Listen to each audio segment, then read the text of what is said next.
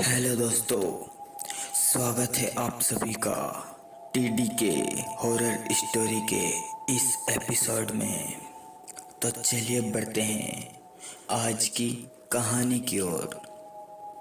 कुछ ही दिनों पहले नैना का ब्रेकअप हुआ था और तब से वो थोड़ी चुप चुप सी हो गई। नैना का सारा फोकस अपने काम पर था और इसलिए वो देर रातों तक ऑफिस में काम किया करती थी। वैलेंटाइंस डे पास आ रहा था और उसकी सारी फ्रेंड्स अपने बॉयफ्रेंड्स के साथ गोवा जाने वाले थी, पर नैना ने काम का बहाना करके उनको मना कर दिया। नैना थोड़ी उदास थी, इस वैलेंटाइंस डे पर कोई उसके साथ नहीं होगा। वैलेंटाइंस डे पर नैना अपने ऑफिस में ही काम कर रही थी। जब वो काम करते करते थक गई तब वो ऑफिस के नीचे एक कॉफ़ी शॉप में जाके बैठ गई। वहाँ पर उसे एक अपने एक्स बॉयफ्रेंड जैसा दिखाई देने वाला आदमी दिखा, जिसके साथ बातें करनी शुरू कर दी। बातें करते करते नैना को वो लड़का पसंद आने लगा और दोनों ने क्लब में जाने का प्लान किया। नैना ने रात भर उस लड़के के साथ खूब डांस किया और वो बहुत दिनों बाद काफ़ी खुश महसूस कर रही थी। उस लड़के ने जब नैना से उसके घर चलने के लिए कहा तो नैना ने हाँ कर दी। नैना जब उस लड़के के घर पहुंची तो वो थोड़ी नशे में थी, पर उसे साफ साफ समझ आ रहा था कि वो घर थोड़ा अजीब था।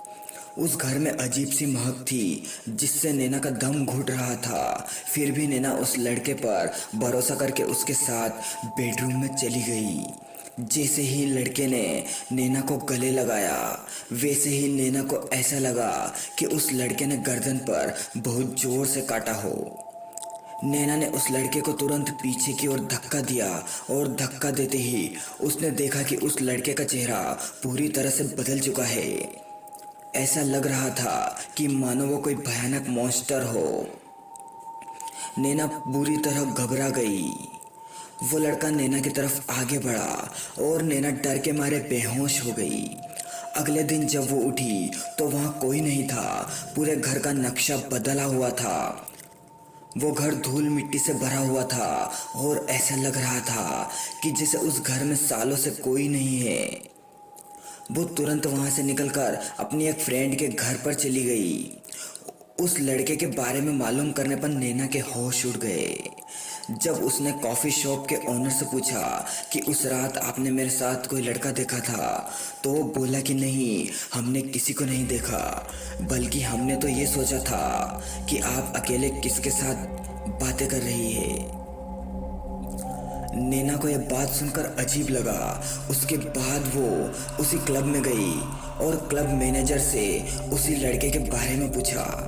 तो क्लब मैनेजर ने उसे सीसीटीवी फुटेज दिखाई जिसमें उसने देखा कि उस रात वो अकेले ही डांस कर रही थी। जब उसने उस लड़के के बारे में और इन्फॉर्मेशन निकाली तो उसे पता चला कि वो लड़का जो कॉफ़ी शॉप में मिला था उसे मरे हुए तो 2 साल से भी ज़्यादा हो चुके थे।